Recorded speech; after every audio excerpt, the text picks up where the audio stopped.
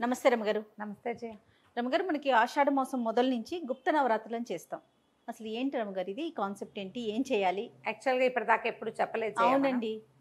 మామూలుగా మనం సంవత్సరానికి 2 రకాల నవరాత్రులు చేసుకుంటాం. దేవీ నవరాత్రులు చేస్తాం. వసంత నవరాత్రులు, శరణ్ నవరాత్రులు. వసంత నవరాత్రులు అంటే ఏమో ఉగాది పండగ నుంచి శ్రీరామనవమి దాకా చేసి ఉమ్, వసంతకాలంలో వసంత నవరాత్రులు.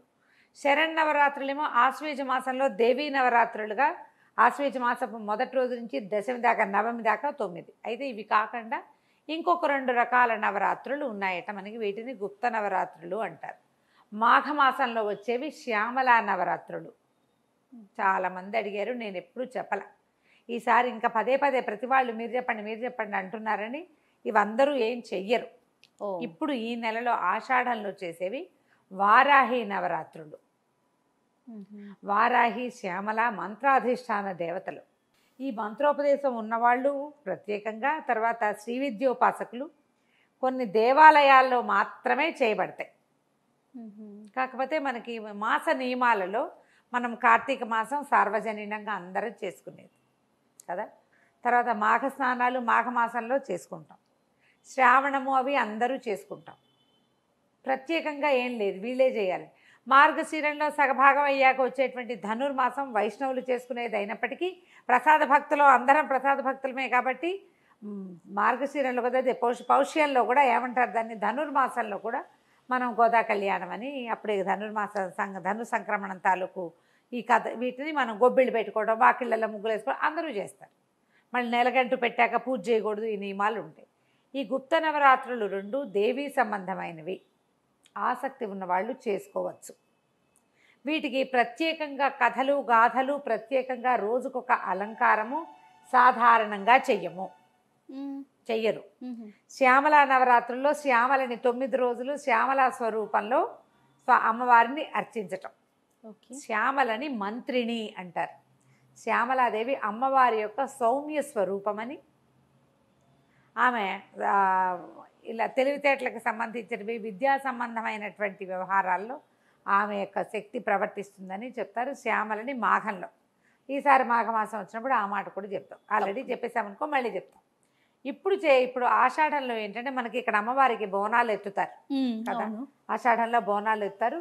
ఈ ఆషాఢంలో సాధారణంగా మనకేవో సాధారణ నియమాలు ఉంటాయి. ఆషాఢంలో గోరింటాకు పెట్టుకోవాలి, ఆషాఢ ఆదివారాలు తప్పకుండా గోరింటాకు ఆయుష్ వృద్ధి అని చెప్పుకుంటాం కదా. ఈ ఆషాఢపు తొలి రోజు నుంచి ఆషాఢ శుద్ధ పాడ్యమి నుంచి ఆషాఢ శుద్ధ నవమి వరకు వారాహి నవరాత్రులుగా అమ్మవారిని వారాహి స్వరూపంలో గౌరవించడం, ఆరాధించడం, పూజించడం, భజించడం చేయవచ్చు. కొన్ని వారాహి అమ్మవారికి సంబంధించిన దేవస్థానాల్లోనూ శక్తి సంబంధిత దేవస్థానాల్లోనూ వారాహి స్వరూపంలో అమ్మవారిని కొలుస్తారు. మనకి దీనికి ప్రత్యేకమైన పూజా విధానం అది ఉందా అంటే నాకు కూడా అంత వివరం తెలీదు. ఉహుం. మేమేం చేస్తున్నామంటే ఈ 9 రోజులు వారాహికి సంబంధించిన ద్వాదశ నామావళి ఒకటి ఉంది, ఆ నామావళి చదువుకుంటున్నాను అంతే. ఓ.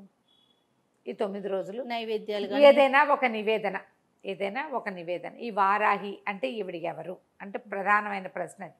వరాహస్వామి ఉన్నాడు కదా, అవును. ఆది వరాహమూర్తి, ఆయన యొక్క స్వరూపం స్త్రీ స్వరూపమే వారాహి. ఓహో. భూదేవి అని చెప్తారు. భూదేవిని ఎత్తుకుని ఉద్ధరించాడు వరాహస్వామి. అవును, విష్ణుమూర్తి అవును. వరాహ స్వరూపంలో భూదేవిని ఉద్ధరించినప్పుడు ఆమె స్వామి యందు ఆ ప్రీతితోటి వారాహిగా ఆమె రూపాంతరం చెందిందని, భూ సంబంధిత శక్తిగా ఈ వారాహి స్వరూపాన్ని చెప్తారు. ఓకే. సాక్షాత్తు మహాలక్ష్మి భూస్వరూపంలోనూ వారాహి స్వరూపంలోనూ ఉంటుంది అని చెప్తారు. అమ్మవారు స్త్రీ స్వరూపము, వరాహ ముఖంతో మనకి ఫోటోలు కనిపిస్తుంది. ప్రతిమలు కనపడతాయి. ఈమె ముసలము హాలము ధరించి ఉంటుంది, రోకలి నాగలి కాబట్టి భూదేవత. భూ సంబంధిత వ్యవహారాలలో ఈమె శక్తి చాలా ప్రవర్తిస్తుంది. ఓ. వ్యవసాయదారులకి వాళ్ళకి అమ్మవారు చాలా సహాయం చేస్తుంది.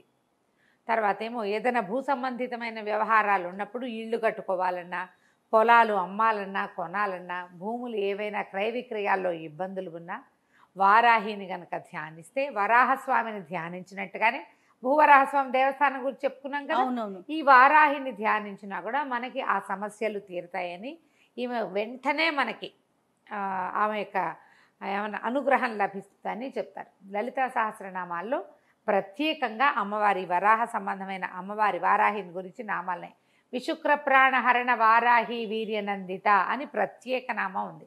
విశుక్రుడనే రాక్షసుడిని సంహరించింది వారాహి స్వరూపంలో, విశుక్రుడిని సంహరించింది వారాహి. ఇంకొక నామం ఉంది కిరిచక్రరథారూఢ దండనాథ పురస్కృత.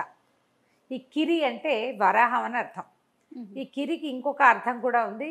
ఏమంటారు, కిరణాలు, కిరంతి అంటారు. కిరణాలు రథచక్రాలుగా ఉన్నది అని. అలాగే వరాహములు రథచక్రములుగా ఉన్నది అమ్మవారు. ఈవిని దండిని అంటారు. శ్యామల మంత్రిని, వారాహి దండిని, దండాన్ని ధరించి ఉంటుంది. దండం అంటే ఒట్టిగా దండం పట్టుకోవటం అనే కాదు, ఆమె యొక్క సైన్యం ఆమె వెనకాలే ఉంటుందన్నమాట. సైన్యాన్ని లీడ్ చేసే తల్లి. ఈ ప్రత్యేక నామధేయాల్లో మనకి వారాహి స్వరూపం లలితా సహస్రనామంలోనే కనపడుతుంది. అలాగే దేవి భాగవతంలో అమ్మవారు యుద్ధం చేసినప్పుడు ఒక్కొక్కళ్ళలోంచి ఒక్కొక్క శక్తి వచ్చిందని, ఐంద్రి, ఇలాగ కౌమారి, వారాహి, మాహేంద్రి, ఇలాగ ఒక్కొక్కళ్ళ నుంచి ఒక్కొక్క శక్తి, నారసింహి, అలాగే వరాహస్వామి నుంచి వారాహి వచ్చిందని యుద్ధానికి సహాయం చేయడానికి అని చెప్తారు. ఈ వరాహ స్వరూపంలో ఉండేటువంటి అమ్మవారిని వారాహిగా అర్చిస్తే ఏంటంటే ప్రమాదాలు సంభవించినప్పుడు సహాయం చేస్తుంది. ఎవ్వరూ సహాయం లేనప్పుడు ఆమెను ధ్యానిస్తే ఎవడో ఒకడు సహాయంగా ఆమె సైన్యంలోంచి ఒకడు మన దగ్గరికి వచ్చేస్తాడు. అలాంటి ప్రత్యేకంగా కలిగిన తల్లి కాబట్టి ఈ 9 రోజులు మీకు ఓపిక ఉంటే చేద్దాము ప్రత్యేకంగా. అంటే కొన్ని సాధారణ నియమాలతోటి వారాహి పూజా విధానాన్ని చేయొచ్చు. వారాహికి ఒక ప్రత్యేక ముద్ర కూడా ఉందని చెప్తారు, వారాహి ముద్ర. ఈ 12 నామావళి సులువుగా చదువుకోవచ్చు. నిన్ననే నా ఫ్రెండ్ ఒక ఆవిడ అడిగితే చెప్పాను, వారాహి 12 నామాలు మనకు కనపడతాయి, ఆ ఇంటర్నెట్లో దొరికేస్తాయి, చూసుకోండి.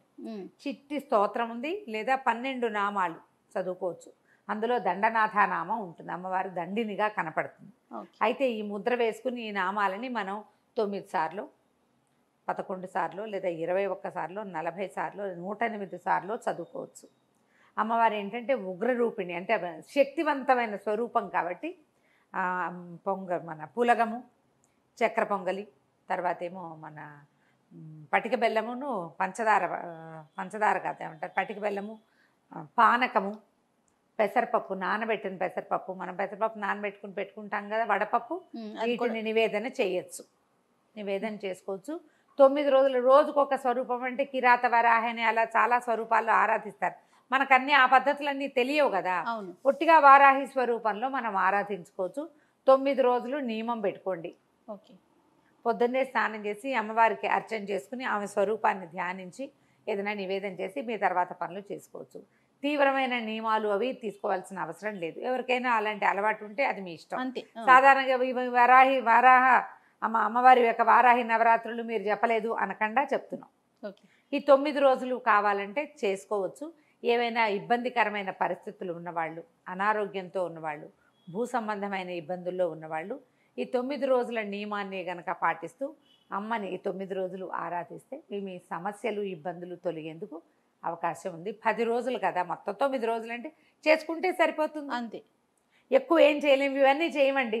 లలితా సహస్రనామం చదువుకోండి 9 రోజులు, ఆషాఢం మొదటి రోజు నుంచి నవమి దాకా చివరి వరకు. 9వ రోజున పూర్తయిపోతుంది.